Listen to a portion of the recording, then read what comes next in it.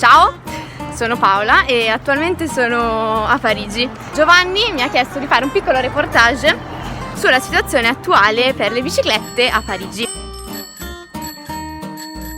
Vi trovo qui in compagnia del mio amico parigino Mennad.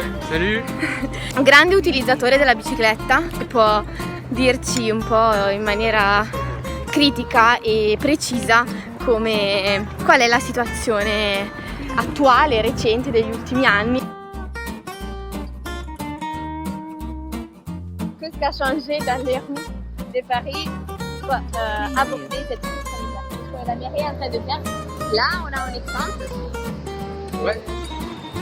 Pour privilégier en fait les moyens de transport avec dissociation et éviter que les gens s'agglutinent dans les bus ou dans les métros. Et ils ont ouvert une piste là, par exemple, qui est fabriquée en. Donc, juste on voit un jeune, c'est nouveau. C'est nouveau, ouais. Il y avait,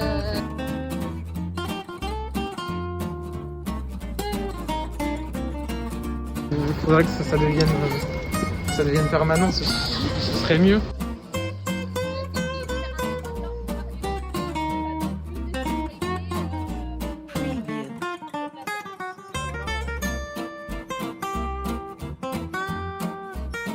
Ce qu'il faut dire, c'est que le vélo n'est pas la solution absolue à toutes les formes de déplacement. Je veux dire, toutes les personnes un peu vulnérables qui ne peuvent pas se déplacer à vélo se retrouvent un peu mis au banc et se retrouvent dans des bus qui sont soit très lents, soit bondés, soit il y a il faut réussir quand même à faire cohabiter, à rendre efficaces ces deux modes de transport pour ne laisser personne à la marge. Questo è un pezzo di pista ciclabile abbastanza recente e siamo proprio sul lungo Senna. Fino a pochi anni fa c'était dédié à la voiture en fait. Oui, bah oui, tu regardes, il y a le marquage au sol pour les voitures. Ça a changé vraiment beaucoup, même pour la vie des Parisiennes. C'est devenu genre ce qu'on est sur la Seine. En fait, au début là, de l'ouverture des voies sur berge, pareil, hein, il y a eu le même scandale parce ça a fait énormément d'embouteillages là-haut. Et donc ça faisait un peu scandale, etc. Parce qu'aujourd'hui la piste est utilisée de manière différente et très utilisée. Il y a une façon différente de vivre la ville aussi. Oui, c'est vrai. C'est vrai que ça a changé. Ça donne plus envie de vivre les endroits publics. Mais ça dynamise énormément le centre-ville, ça le rend attractif, sans pour autant que ce soit relié à une activité, qui soit un commerce ouvert à côté. C'est vraiment des activités qui n'impliquent quasiment rien en fait. C'est juste des espaces qui sont ouverts au public et qui permettent de faire un tas d'activités. Bon, après, il faut toujours relativiser. Est-ce que c'est pas vraiment le cas partout? Il y a les quais des voies sur berge, ça reste assez marginal comme changement.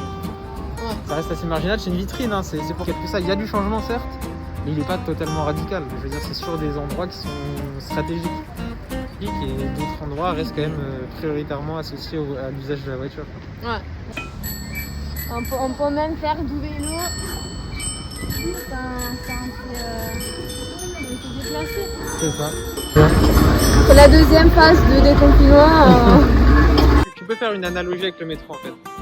Tu regardes le métro aujourd'hui à Paris, il est utilisé par tous. Franchement, quasiment sans exception, c'est un mode de transport qui est très très privilégié. Je veux dire, les stations de métro, il y en a quasiment tous les 400 mètres.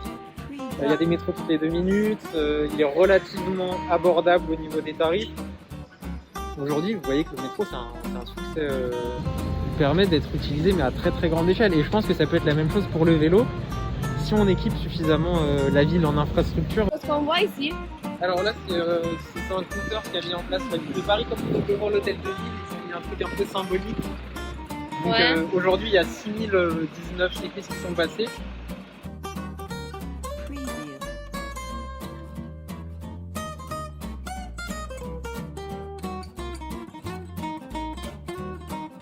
C'est mêlé en fait entre les deux, il y a des intérêts personnels, mais il y a globalement c'est un intérêt qui est collectif.